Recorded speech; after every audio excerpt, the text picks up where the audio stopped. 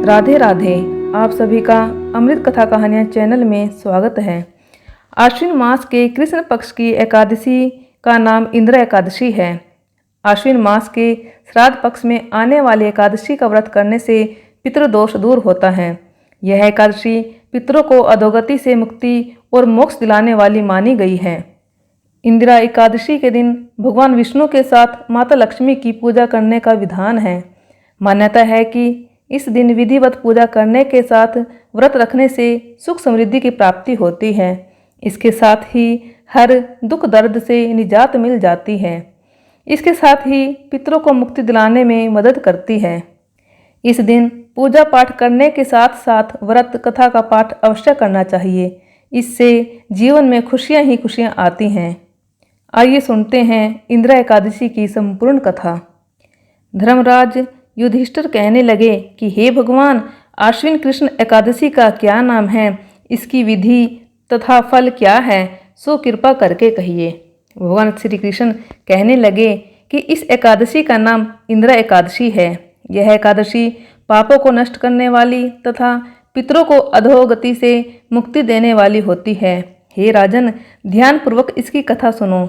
इसके सुनने मात्र से ही वायपेय यज्ञ का फल मिलता है। प्राचीन काल में सतयुग के समय में महिष्मती नाम की एक नगरी में इंद्रसेन नाम का एक प्रतापी राजा धर्मपूर्वक अपनी प्रजा का पालन करते हुए शासन करता था। वह राजा पुत्र पौत्र और धन आदि से संपन्न और विष्णु का परम भक्त था।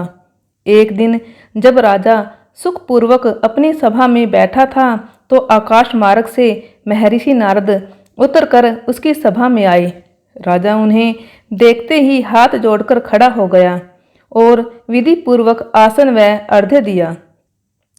सुख से बैठकर मुनि ने राजा से पूछा कि हे राजन, आपके सातों अंग कुशल पूर्वक तो हैं, तुम्हारी बुद्धि धर्म में और तुम्हारा मन विष्णु भक्ति में तो रहता है।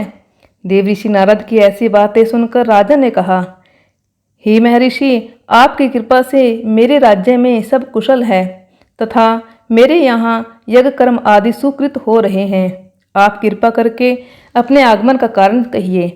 तब ऋषि कहने लगे कि हे राजन, आप आश्चर्य देने वाले मेरे वचनों को सुनो। मैं एक समय ब्रह्मलोक से यमलोक को गया।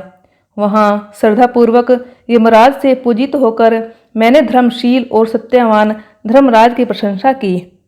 उसी यमराज की सभा में महान ज्ञानी और धर्मात्मा तुम्हारे पिता को एकादशी का व्रत भंग होने के कारण देखा। उन्होंने संदेशा दिया, सो मैं तुम्हें कहता हूँ।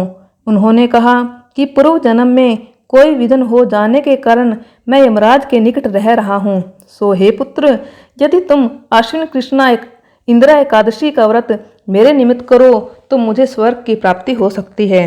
इतना सुनकर राजा कहने लगा कि हे महर्षि, आप इस व्रत की विधि मुझसे कहिए। नारद जी कहने लगे, आश्विन माह की कृष्ण पक्ष की दशमी के दिन प्रातः काल श्रद्धापूर्वक स्नान आदि से निवृत्त होकर पुनः दोपहर को नदी आदि में जाकर स्नान करें।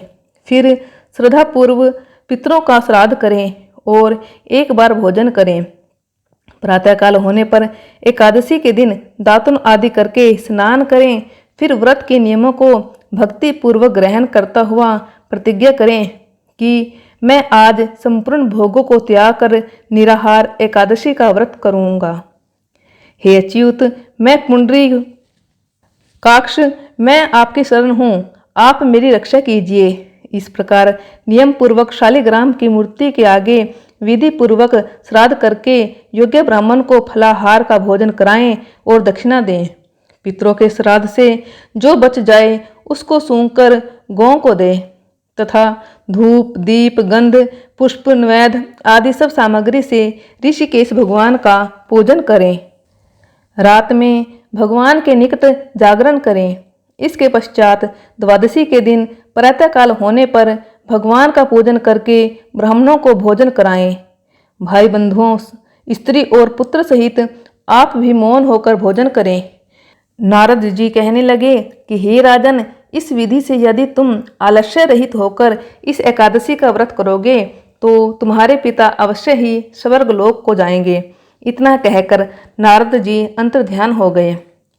नारद जी के कथानुसार राजा द्वारा अपने बांधवों तथा दासों सहित व्रत करने से आकाश से पुष्प वर्षा हुई और उस राजा का पिता गरुड़ पर चढ़कर विष्णु लोक को गया।